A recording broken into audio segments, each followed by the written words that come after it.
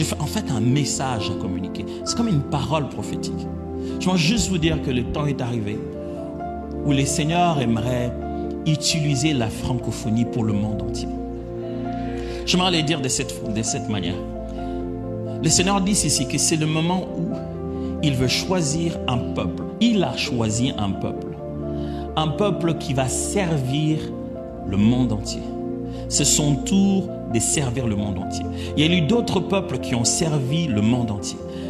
Ils ont été des instruments de réveil et de puissance. Dieu, en ce temps, a choisi un autre peuple. Et le caractère commun, le dénominateur commun du peuple choisi de Dieu pour susciter un réveil fort, c'est le fait qu'ils parlent tous la langue française. Dieu s'est dit qu'en ces temps ici, il ne va pas parler grec, il ne va pas parler hébreu. C'est pas ça les langues qu'il va utiliser pour communiquer le message partout dans le monde. Maintenant, il va choisir des gens pour qui la langue française est la première langue qu'il manipule le mieux, parce qu'il ne veut pas qu'on domine sur les autres, mais que l'on serve les autres.